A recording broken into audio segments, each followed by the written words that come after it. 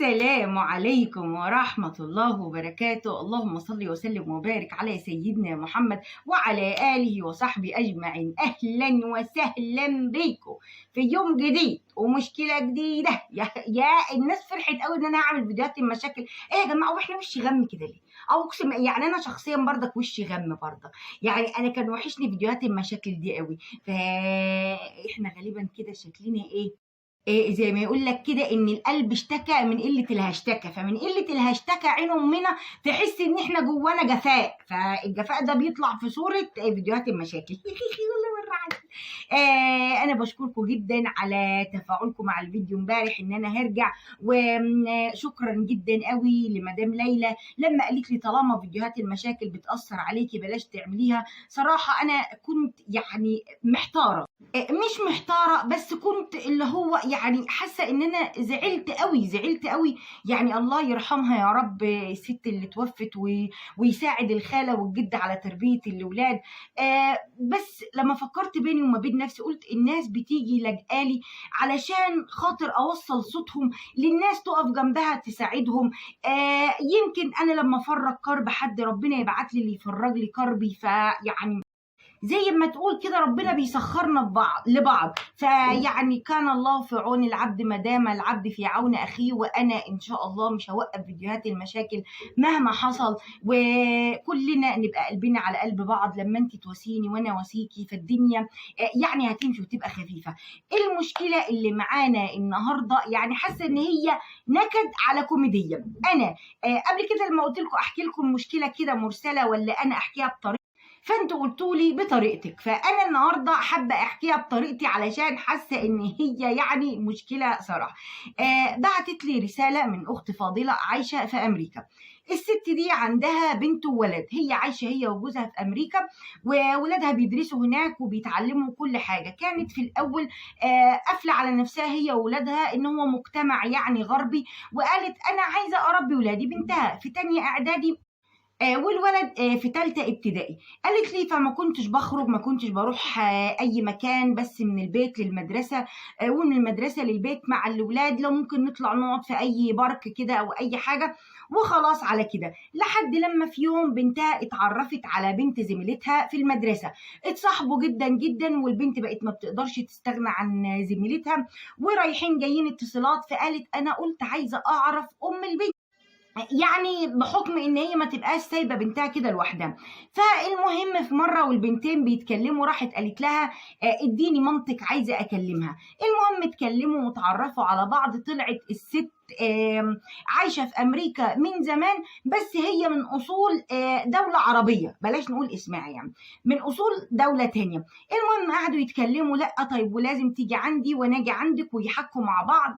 المهم اتفقوا على ميعاد يتقابلوا فيه، وقالت لجوزها وقال لها مفيش مشاكل طالما رايحين مكان عام، طيب ما تخليها تيجي البيت احسن. قالت له لا خلينا نتقابل في مكان عام وبعد كده نشوف حكايه البيت. خرجوا واتقابلوا، والبنتين قعدوا مع بعض والستتين قعدوا مع بعض ويحكوا وازيك وايه الاخبار وقعدوا يتكلموا كلام عام. بعد كده الست حبت ترد لها الزياره، قالت لها طيب تعالي في البيت عندنا وهاتي بقى جوزك معاكي وابنك وباقي الاسره تتعرف على بعضها. راحوا وقالت لهم انا ما عنديش غير بنتي دي الوحيده، وهي وجوزها بسم الله ما شاء الله يعني متفاهمين ومنسجمين مع بعض والحياه زي الفل.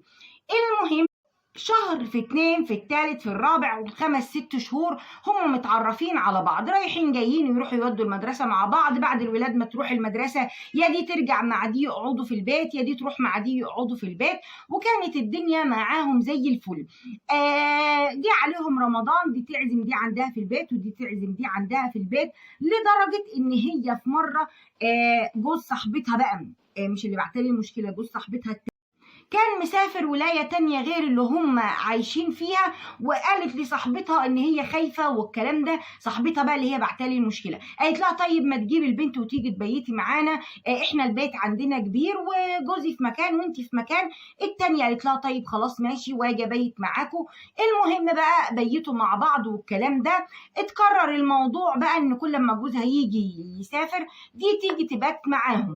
وفي مرة بقى من المرات وهم قاعدين قعدت كده صفا بقى الاتنين مع بعض وبيحكوا في الصغر بقى، دي كانت بتعمل ايه ودي كانت بتعمل ايه. راحت التانية قالت لها انا عايزة اعترف لك بحاجة، بس مش عايزاكي تاخدي مني موقف، اللي هو مثلا هقول لك على سر كده ياخدش كده ما بيني وما بينك، بس اوعي تقلبي عليا ولا حاجة. فقالت لي مثلا، قلت ان هي مثلا كانت بتحب حد ولا حاجة قبل جوزها، كانت متجوزة مثلا على جوزها، أي حاجة بقى من الحاجات اللطيفة دي. راحت قالت لها أنا متحولة جنسية.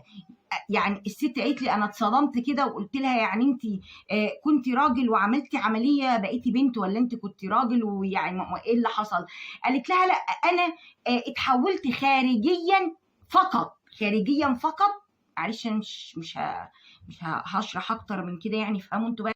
خارجيا فقط انا انثى لان هو شكلي شكل انثى، لكن داخليا اجهزتي اجهزه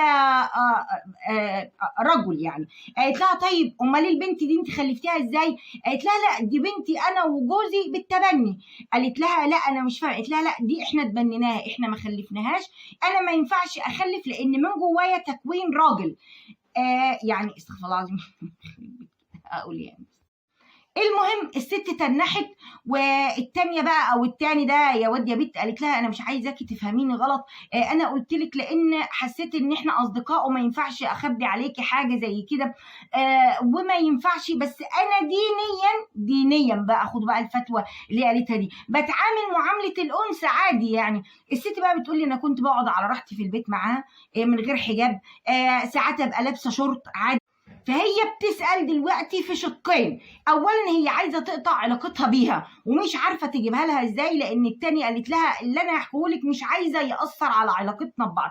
تاني حاجه هي مش عارفه تقول لجوزها ولا لا، يعني تقول له هل الست اللي كانت عايشه معانا دي وبتقعد تبات في البيت وانت مش موجود، تقعد معايا الصبح طول النهار وانتوا ما حدش في البيت، طلعت واد بت ولا ايه اللي في ايه يعني؟ الحاجة اللي بتسأل فيها إن هي هل كده عليها ذنب إنها كانت عايشة معاها على راحتها، قاعدة على راحتها، وهي في الآخر راجل يعني أو متحولة، نص متحولة، يعني مش فاهمة إيه مش فاهمة اللي بتقوليه ده، ما علينا. فهي بتسأل في النقط دي. أولا النقطة الأخيرة دي بتاعت الدين، أنا هجاوبك عليها. وإحنا يعني ده اجتهاد شخصي مني، بس إحنا في الدين ما بنفتيش، ودايما أقول اسألوا أهل الذكر واسألوا أهل العلم إن كنتم لا تعلمون. لكن النقطة دي واضحة وضوح الشمس، طالما أنت ما تعرفيش فأنت ما عليكيش ذنب، لكن فيما بعد أنت عرفتي خلاص، يبقى الست دي تقطع علاقتك بيها، لأن هي لا منها راجل ولا منها ست، يعني أنت مش عارفة تحددي موقفها إيه.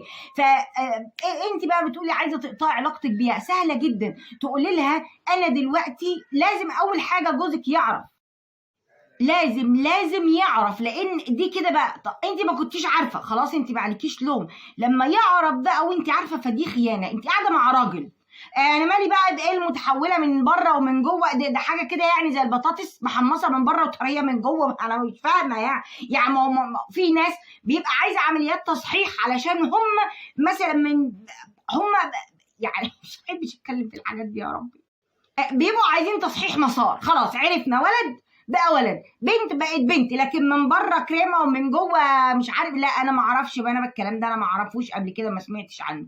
فانت لازم تقولي لجوزك انت قاعده مع راجل، انت قاعده مع راجل، احنا في الاول في الاخر انت قاعده مع راجل. ما هو مش كل واحد بقى يلبس لي برنيطه ولا حط لي شويه ميك اب ولا حط لي باروكه هو بقى شايف ان هو نفسه بنت عشان هو مش عاجبه حياه الرجاله، فده ما ينفعش.